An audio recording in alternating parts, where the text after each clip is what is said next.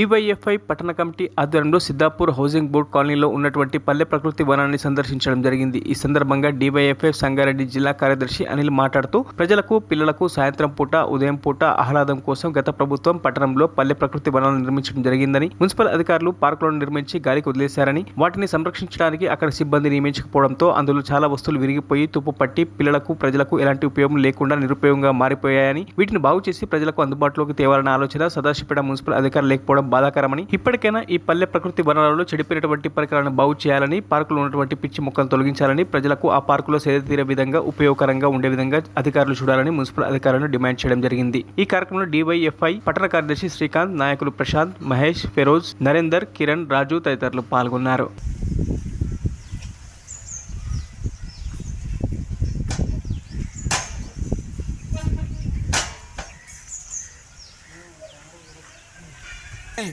పట్టణ కమిటీ ఆధ్వర్యంలో సదాశివపేట సిద్ధాపూర్ కాలనీలో ఉన్నటువంటి చిల్డ్రన్ పార్కును ఈరోజు మేము రావడం జరిగింది.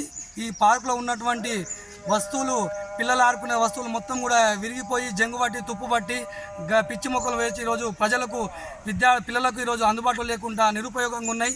కానీ మున్సిపల్ అధికారులు మాత్రం వేలాది రూపాయలు ట్యాక్స్ వసూలు చేస్తారు, వేలాది రూపాయలు అన్ని పన్నులు వసూలు చేస్తారు. కానీ ప్రజలకు పిల్లలకు ఆడుకోవడానికి, సాయంత్రం పూట ఆడుకోవడానికి పార్కులను ఈరోజు గాలికి వదిలేశారు. కనీసం పార్కు నిర్మించారు కానీ ఆ పార్కులో మెయింటెనెన్స్ చేయాలన్న ఆలోచన అధికారులు లేకపోవడం చాలా విడ్డూరం, బాధాకరం.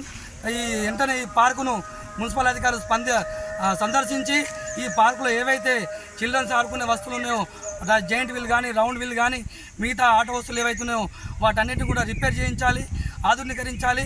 ఇందులో ఉన్నటువంటి పిచ్చి మొక్కలు, గడ్డిని కూడా తొలగించాలి. ఎందుకంటే ఇది వర్షాకాల సీజన్.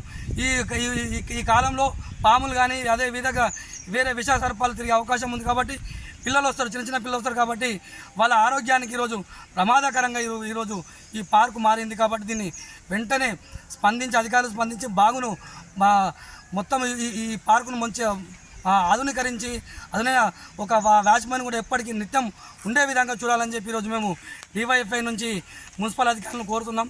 లేకపోతే ఈ వార్డులో ఉన్నటువంటి పిల్లలను, విద్యార్థులను, మా యువకులందరినీ కూడా తీసుకొని వచ్చి మున్సిపల్ ఆఫీస్ కార్యాలయాన్ని దిగ్బంధిస్తామని చెప్పి అధికారులకు హెచ్చరిస్తున్నాం. మరిన్ని అప్డేట్స్ కోసం మా ఛానల్ని సబ్స్క్రైబ్ చేయండి.